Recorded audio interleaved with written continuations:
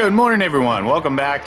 It's FPC Radio Live. We're starting late, finishing early, but it's okay. We wanted to get on the air for just a good handful of minutes to to continue to react about Super Bowl 58, which is now almost 2 days in the books. Obviously, Kansas City we talked about to quite an extent yesterday. Back-to-back Super Bowls, first time since the Patriots of 2003 and 2004, and just a great accomplishment. Obviously now the question, moving forward, we shift to the new season. We talked about the draft, we talked about free agency, but, some overall themes going into 2024, are the Chiefs going to be the first team in the Super Bowl era to three-peat? And that's, it's an interesting question because, quite frankly, you would think that, we saw it with the Patriots. Very rarely do teams come along that have the ability to continue to win at such a high level and not, have a bit of a lull. But the question really is the rest of the AFC going to catch up with Kansas City? And I know the Mahomes fans out there are going to think I'm talking specifically about the quarterback play. And no, I mean, just in general, because Kansas City right now is just, they're a team that we talked about yesterday. They don't beat themselves. And we saw that, and we've seen that time after time again, where it's almost like, okay, just let the other team get their good plays out of their system, and eventually they're going to make a mistake, and that's what happened in the Super Bowl. The tennis player that just gets the ball back and the other one makes a mistake, and the defensive tennis player wins the match. Or you win an argument by not speaking, let the other person talk themselves into a tailspin, and you win the argument by not uttering a word. So I think it's the case with Kansas City, and again, they'll have a real opportunity to go for a three-peat because the quarterback is so good, the coach is coming back, and the defense is really good. Is that if not them, who?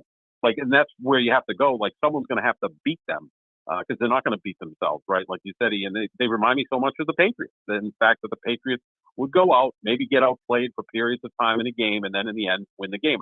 I'm sure the 0-1 Rams and the 14 Seahawks and the 16 Falcons walked off after losing Super Bowls to the Patriots going, how the hell did that happen? I'm sure the 49ers walked off the field the other night and said, how the hell did that happen? Well, you were part of the reason it happened because you messed up, and a big part of the reason was they had the best player in the sport on their side, and they beat you. So that's what Kansas City is going to be facing. Look, Mahomes is 15-3 in the postseason in his career, which is phenomenal. Two of his losses came against Brady. Unless Brady surprises us and comes back to play next year, the only quarterback in the NFL that has a postseason win over Mahomes is Joe Burrow, who I think is the one guy who can kind of stand up and beat him, but is going to be healthy by the time we get to next January and February. So those are the big questions. Which I will, I'll say, and this is being used.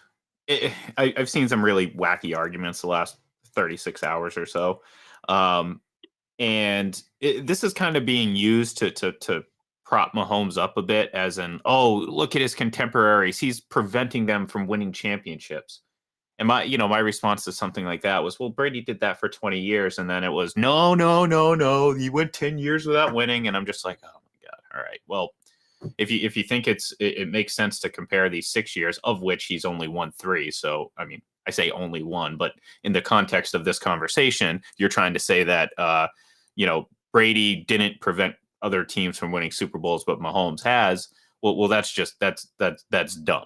Okay. Some of these arguments are so silly, but you look around the league and certainly in the AFC, and it's I'm going to hammer this to death because it's not an excuse, but look, if you're going to force the Mahomes and the Brady conversation, well, guess what? I'm going to have counterpoints. And one of my counterpoints is, well, the reason he's quote unquote dominating, and again, dominating is a loosely used word. The competition just isn't as good, John. I mean, let's be honest here. It just really isn't as good. And I don't like playing the hypothetical game, but we've been talking about the dream marriage between the 49ers and Brady for years now. 49ers win that game comfortably with Tom Brady as quarterback. I don't think that's a dreamland hypothetical. No, I think that is a bona fide fact if he were on the field for the 49ers in that game, there is no chance they lose it. And to me, yeah, because he probably changes plays at the line of scrimmage to give the ball to Christian McCaffrey exactly more, because he has that ability and cachet to do that, I would think. Right, absolutely. He's older than the coach. Yeah. Well, and that to me, and look, again, I this is about probably one of the only times you're going to hear me speak in some form of hypothetical, because I hate it. I really do, because it's really pointless. But to kind of put things in perspective for those who want to, certainly after this postseason run, and I'm not trying to take away anything from Mahomes, but it's like, if you're going to try to elevate him this soon, I would think that his postseason run would be a little bit more impressive than it was. Like, again, I'm not trying to take anything away from him, but in the context of that conversation, I'm coming back a little underwhelmed. Is that fair? Yeah, I mean, because when you look at it, Ian, they scored 95 points in 4 games, and that included an overtime. But obviously, that was a big touchdown that he, led the team down the field. But 95 points in 4 games is about 24 points per game, which is a couple more than their regular season average. Again, this isn't Joe Montana in 1989, where he's putting up 55 in the Super Bowl and 38 in the NFC Championship game and 34 in the divisional round. Obviously impressive. He won the game. And that's really all that matters. But it's not like, look, I believe in their last 7 playoff wins. So that includes this year and last year. I believe, doing this off the top of my head, which can be dangerous, but they beat Cincinnati, Buffalo, and the 49ers each by 3 points. Yeah. They beat Jacksonville and Baltimore by 7. They had the blowout win against Miami. Maybe I'm missing a game in there somewhere, but you get my point, right? They beat the Eagles by 3 points. Like 4 of the 7 wins were by exactly 3 points. Look, and Brady won 5 of his first 9 playoff games by 3 points. And you know what?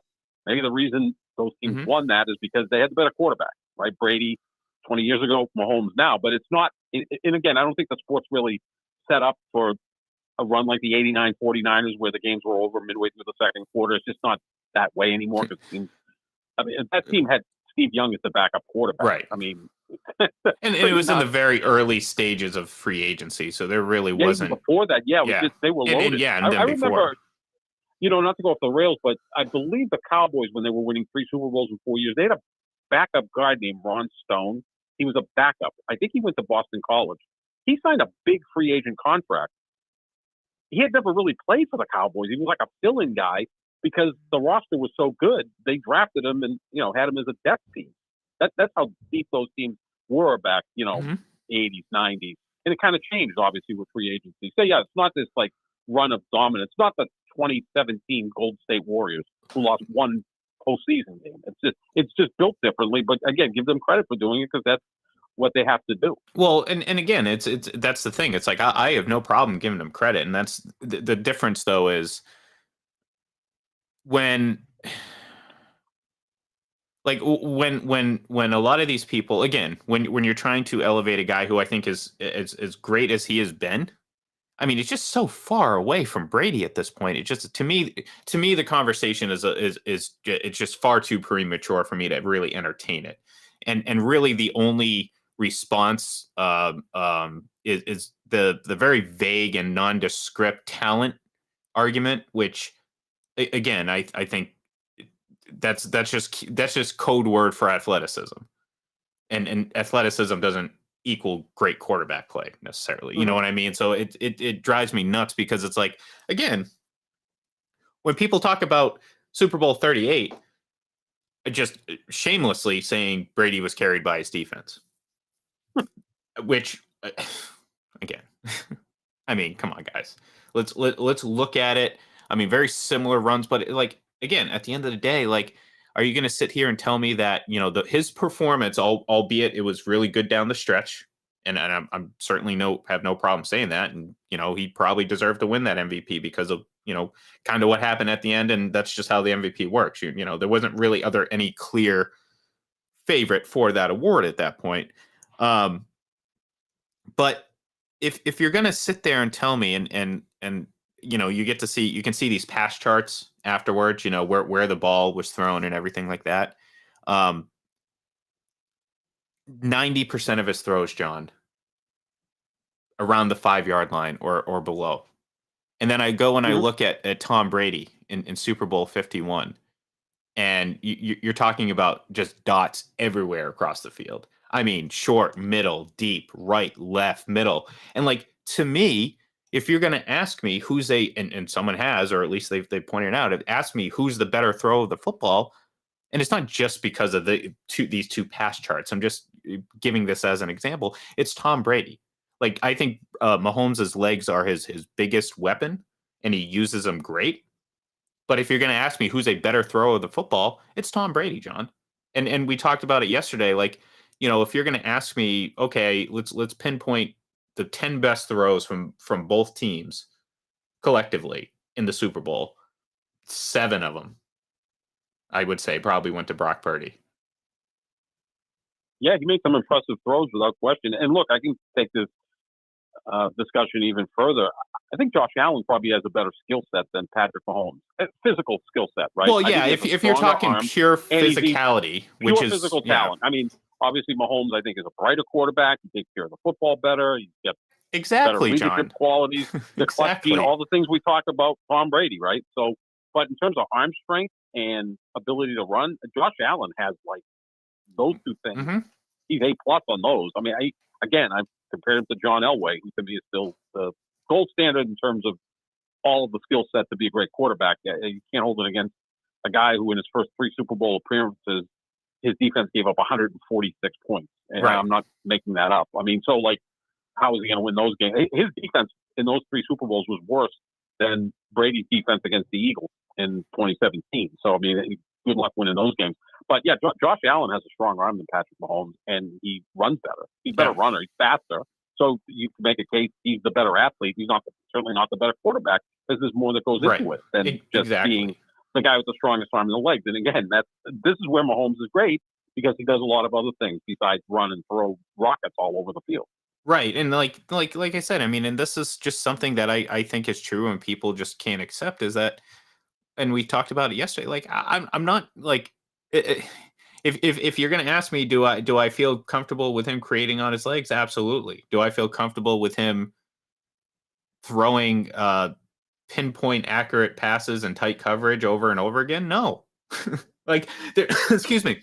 There's nothing that makes me believe that is something that he's capable of doing at a high level. Like, and that's what made Brady great, and like that's what people don't appreciate now, because again, it's all about running around. Like, we talk about that deep ball that he threw that right before the Pacheco fumble, and it's like, obviously it was connected. I'm not going to harp on it like some people are, because I mean, but the reality of it is, John, it was underthrown.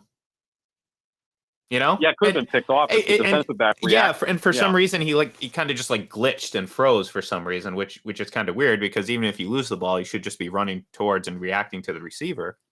But part of that was, John, and for whatever reason, and this is the same reason people get all gaga and over the top about, oh, the talent, the unmistakable talent.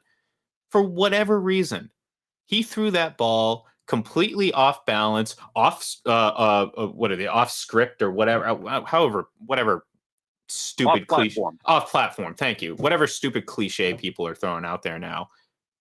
And it's like, all he had to do was just set his feet. And first of all, John, misses a wide open Kelsey because they run out to the outside. And my point has always been, okay, Tom Brady doesn't run out like that, and he makes that throw from the pocket, but people don't care because he didn't do all these geriatrics beforehand. And that's the issue, and that's where what people can't reconcile. So they immediately go to, oh well, Tom Brady. This is my favorite, most hated argument that I see out there now. Tom Brady is the greatest, but he's not the best. No, he's both. He became the greatest because he was the best, and he was the best more often than anyone else that played the game. And his contemporaries, sorry, Patrick Mahomes fans, were a lot better than the current ones that Mahomes has right now. Yeah, and again, how many times have we said it? We just got to let this thing play out. And again, we're doing a show today, so we discuss it. But, as Scott Zolak said, he's not even at halftime yet. He's got 3. Brady has 7. Let's play this out. He's phenomenal. No one's doubting that. Look, for a guy who's played 6 years in the league to now be declared as the 3rd best quarterback of all time, or at least of the Super Bowl era, which is nearly 60 years of play, that's phenomenal, actually. Yeah. Oh, sure. So that's, but that, can we look, when LeBron won his second or third title, did people say he's better than Jordan? Well, Nick Wright you probably would did. get, well, There's a common denominator here, John.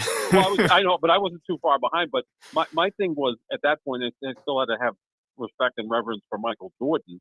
But it was to the point where they wouldn't even discuss this until LeBron gets to 6, which he's probably not going to get to.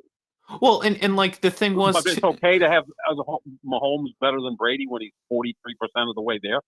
No, well, and that's the other thing that people will, and it drives me nuts, is like, well, people were like, and I've said it before. It's like I didn't call him the greatest after 3 Super Bowl wins, but I knew there were people trying to make the case, and like whether or not I agreed with him is not the point. The point is, at least it was a reasonable discussion point because there was a 1 Super Bowl difference at that point.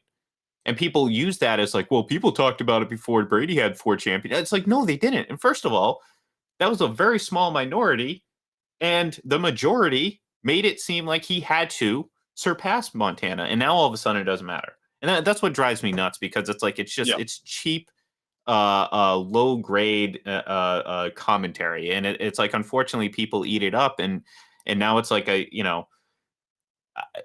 feel like every time it's like there's this clip, there's this Family Guy clip where it's Peter, he's talking to a donkey, and yeah, and I only did that drunk. Yeah, well, I've done that sober. The thing was, it's like it was some, I don't know if this wasn't it, but it was essentially like Peter was like, it was 5 plus 5 equals 10, and the donkey was like 5 plus 5 equals 12, and he's like, no, it's 10, and the donkey's like, no, and then just eventually and that's essentially what it feels like, because it's like, when someone comes at you and I say, no, I think Tom Brady's still a better quarterback than Patrick Mahomes. Well, first of all, yesterday I got called a racist for that, which, that's that's. I know you pretty well. That's one thing I would never call you. Yeah, it's again, it's just where we're at in terms of social media and how people react. But the point was, people would act like that's the most appalling and egregious opinion ever. And then it's like they throw out words like Patrick Mahomes has completely dominated his contemporaries. And I'm like, well, no, he hasn't, though. Like it's not like this guy who's throwing the most yards every single season, most touchdowns, this, that, and the other. And this is how they talk about it. And then it's like, it's just the back and forth in this league is or in the, in this world is just, it's in the toilet. And I brought it up to you before the show. Perfect example for that, folks, is that a Patriots fan or a Brady fan, I don't know exactly his team allegiances. Maybe it's just a Tom Brady fan. There's a lot of us out here, John. Took a screenshot of Tom Brady's last 4 Super Bowl wins and his like stat line, obviously not putting his name in it. And Ryan Clark's, prisoner of the moment, kind of very clearly he's got a grudge against the Patriots because they kind of prevented him from having some more success than he did. He says Patrick Mahomes is already the GOAT. So someone replied with that, John, implying that those were his numbers, Mahomes' numbers. And then Ryan Clark quote tweeted that, saying, see, Mahomes is the best. And then someone was like, yeah, those are Brady's numbers. And he deleted the tweet. Like, that's awesome. Where we're at right now. That's where we're at. Or it's like earlier, and if you go to my timeline at IGLEN31, you'll see Marcus Whitman or something like that. People have seen him around. I'm sure people have seen his tweets. That's a cool name. Between the two of you, Ian Glendon against Marcus Whitman. Well, man, that matchup is I've ended that already, because that's a great matchup though in terms of names. I mean, I come in you with an Italian American. Yeah, I'm surprised they didn't name me Giovanni. Thank God.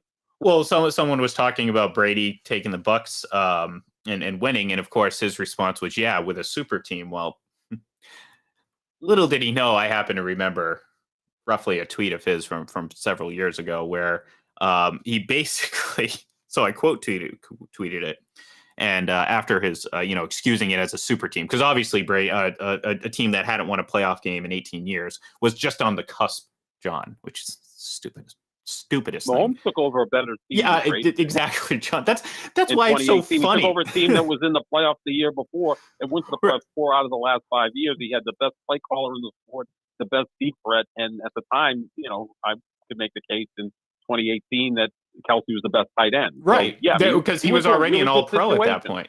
Yeah, And he went to a really good situation. this is the tweet in March, because a lot of people declared Tampa a super team probably like halfway through the Super Bowl that year. Like, oh, of course, all they needed was a quarterback. But Marcus Whitman is his tweet. Both the scheme and personnel, he spells personnel wrong, which I think is funny, are terrible fits for Brady's limited skill set, which even more funny to hear that. Yeah, I am just stunned Brady would decide to go out a bottom 10 quarterback. I mean, just it's getting funnier and funnier the longer we go. Winning 8 games for a team nobody cares about. This was March 2000, okay? While also getting dunked on by the other 40-year-old quarterback twice.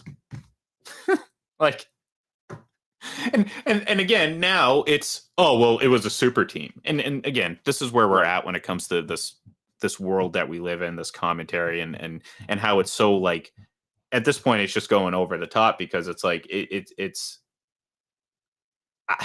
I don't know. But and Joel asked, do you think Kyle Shanahan is on the hot seat next year? I know. I don't think so. I mean, he just signed a 6-year contract extension again, and there's no salary cap, and the 49ers have plenty of money if they want to move on from him. I mean, he is going to be on the hot seat in terms of what matters until he wins the Super Bowl. Right. I mean, he's going to face that, but yeah. And you know what? He had an opportunity to have either Mahomes or Brady as his quarterback. Remember, in the spring of 2020, as a free agent, he could have reached out, and Brady probably would have went to San Francisco. And go back to the 2017 draft. They had the 3rd overall pick. They didn't have a quarterback at that point because they didn't acquire Garoppolo until 6 months later. They could have drafted Patrick Mahomes 3rd overall. Instead, they took Solomon Torres. Yeah. Who? So he had 2 opportunities, but the difference between Andy Reid and Kyle Shanahan, Andy Reid is much more self-aware. He's also self-deprecating, which I love. I mean, he's grandpa, right? He's just this guy that you kind of like. He understands, things are a lot better with Patrick Mahomes than any other quarterback I've ever had, and he admits to that. Whereas Kyle Shanahan has got such a massive ego, it's like, whatever. Yeah. Nick Mullins, Jimmy Garoppolo, whoever, just throw them out there and I'll win with them. Well, sometimes you got to swallow your ego and say, that other guy's just better, and figure out a way to beat him. Well, like I said, I mean, Tom Brady under center for the 49ers the other night, they win pretty comfortably. They win. Yeah. And again, even Aaron Rodgers, I think they win. Well, although he has a tendency of screwing things up, but.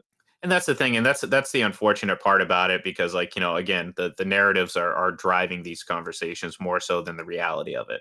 And the narratives say, well, Patrick Mahomes just declared his GOAT status. Well, no, he didn't, and he should consider himself lucky that Brady retired when he did. Let's just put it that way. So, and Mahomes never brings that up.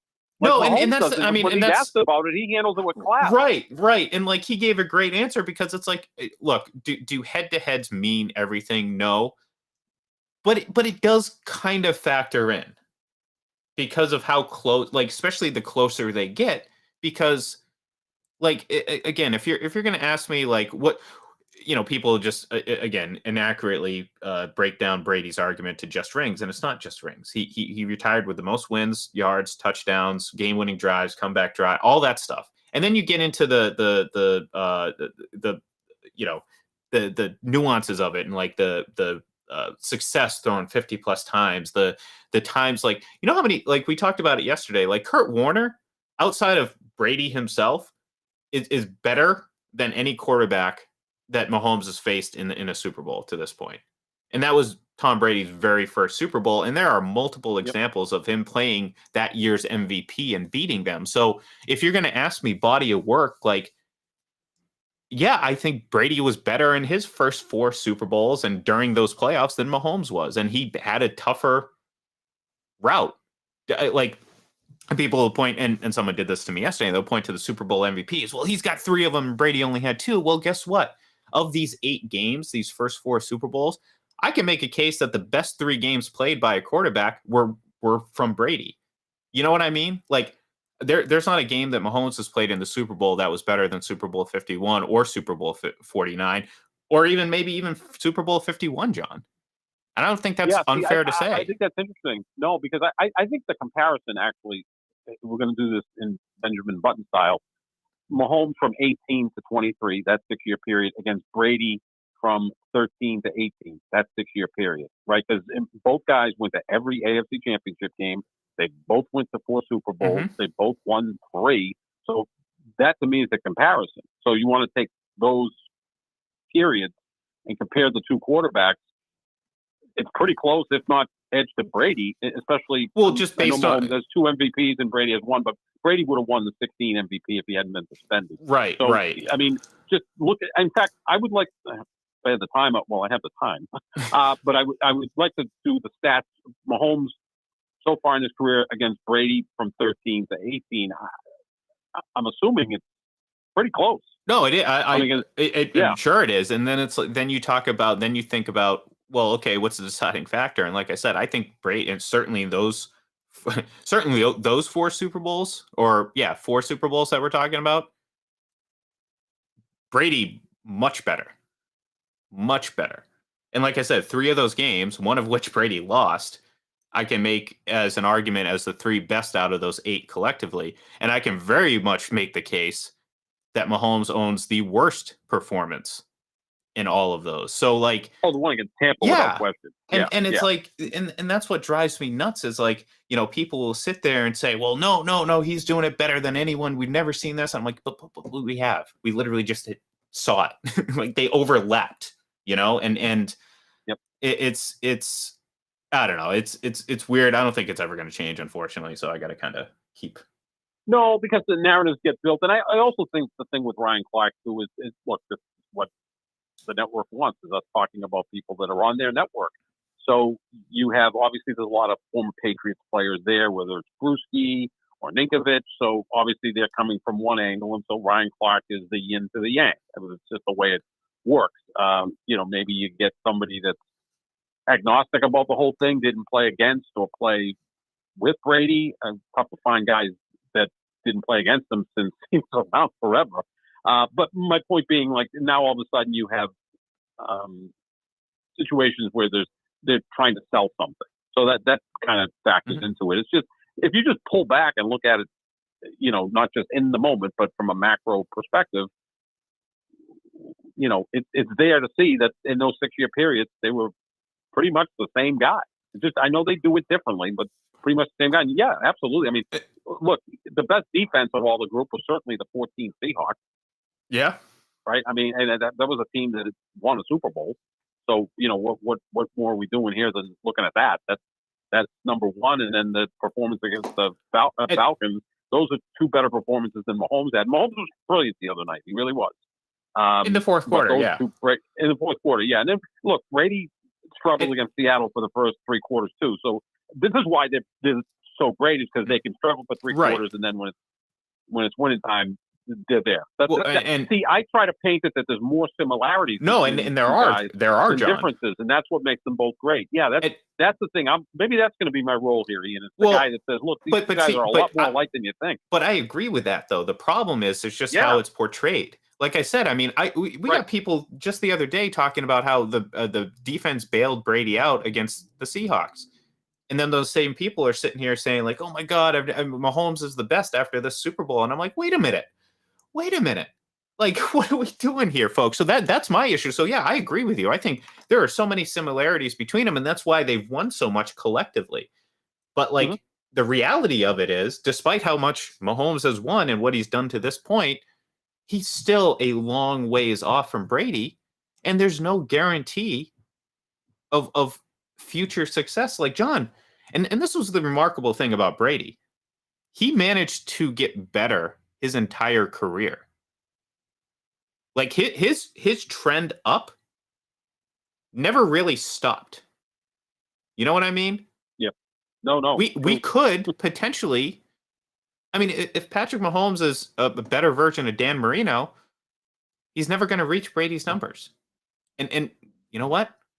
That might be the case. Maybe that happens. Maybe as he gets older, and I've talked about this before, the effectiveness with his legs goes away. Like I said, are you going to ask me to sit there and put bet my life on Patrick Mahomes consistently hitting tight window throws down the field? Well, no, John. It's just not his strength. It's not a bad thing. It's like Brady obviously doesn't run outside the pocket, but I'd rather have that as a weakness as opposed to, I don't know, throwing the ball in the pocket, where I think that's where the game is won. And ultimately, and that's where Mahomes is most effective too. Again, I'm not saying he can't do that. He can certainly do that, but people value the wrong things, in my opinion, and that's it's nuts. Yeah, exactly. And again, I think that the intangibles and the aptitude and the leadership of Mahomes oftentimes get overlooked because everyone talks about his athleticism. But I also think that Brady's athleticism and physical traits get overlooked because of his intangibles and leadership, right? And how he is so competitive.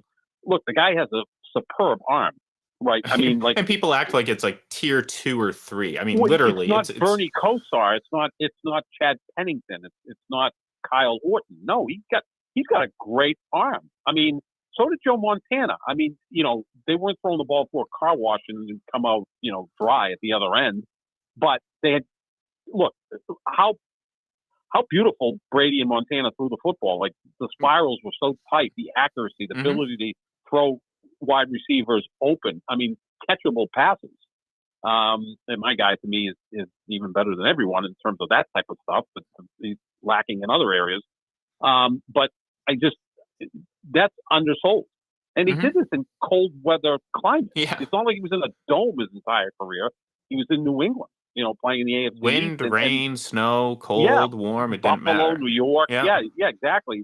Winning. Excelled in cold weather. I mean, his first playoff game was in a blizzard, John, and he threw more yards against that Raiders team than any player in that season. Right. Yeah. And people sit there, he didn't throw a touchdown.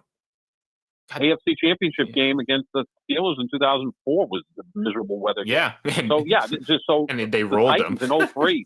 41-20. So, people will talk about that and go, well, he just kind of managed. Well, he put up 41 against the Steelers. Yeah. Who were, at that time, John, every year, either 1 or 2 in both yards and points. And that's, again, that's the funny thing where, like, Brady always had the top defenses. No, he didn't. Like, the Rams defense probably. The Rams defense was better, quote unquote, than the Patriots in 2001. No one talks about that. They're the number one ranked offense and number one ranked defense. Yeah. And that team, if that team had won that game, you'd throw them into the argument as one of the greatest teams of all time. Because they won the Super Bowl 2 years prior. They had the most recent MVPs, plural, and they had the best offense and best defense. Yeah, no, that's what makes it frustrating, is that they just make it sound like Brady's Chad Pennington. Yeah. Like, and just along for the ride. He didn't really come along until 2007. That's like a key. That's like a big tell. That's another right there. idiotic thing. Yeah. Just again, the one game I always point to if people think that Brady was this quote unquote game manager is Super Bowl against Carolina. Oh yeah, he was phenomenal, and that was a hell of a defense. I mean, you had Julius Peppers coming after you all game. That's a scary thing. And the funny thing is, and again, it's very ironic how reality and the narratives don't necessarily line up. Adam Vinatieri was 0 for 2 in field goals in that game before finally hitting the last one. And we're just coming off a game where Harrison Buckner hit not only the longest field goal in Super Bowl history, but they had 4 of them, John. And again, the narrative is Patrick Mahomes has become the GOAT already. Because we've just, I'm seeing things he does that Brady can't. And I'm like, all these like cliches or whatever you want to call them, just like these little stories, little anecdotes. This isn't Gretzky in the mid '80s with Edmonton, where it was like, holy crap, they're winning the cup every year, and he's and like you said, a 50-point lead for points. It was like, oh my god, that's kind of crazy. Most of their case is centered around the aesthetic part of the athleticism and running and throwing. And to your point, if that's the case, if that's what determines who's better, then forget about the championships, right? Because that's what they're doing. And Josh Allen's a better quarterback then. Because Josh Allen to me has got more physical skills than he was drafted higher. Yeah, a year later he wins 7 for Mahomes, and then that means nothing. Yeah, I mean, it's like it doesn't really. Brady's 199, so good luck to the draft. But in fact, in that 18 draft, my favorite quarterback was Josh Rosen. So you really want to listen to me. Yeah, I remember that. When it comes to breaking down quarterbacks, I was like, I said this guy. He was a tennis player, which to me translates well to being a quarterback in terms of the footwork. It may not translate well to being a leader or a teammate. That's an individual sport. He didn't have great footwork either, John. Yeah, but what kind of tennis player is Mac Jones? Because he doesn't even have good footwork. Well, you know. What did he have, a Well, massive he's serve? in the weight room. Becker? He's putting on some Yeah, he weight for got his too next big. team. Yeah, Well, yeah.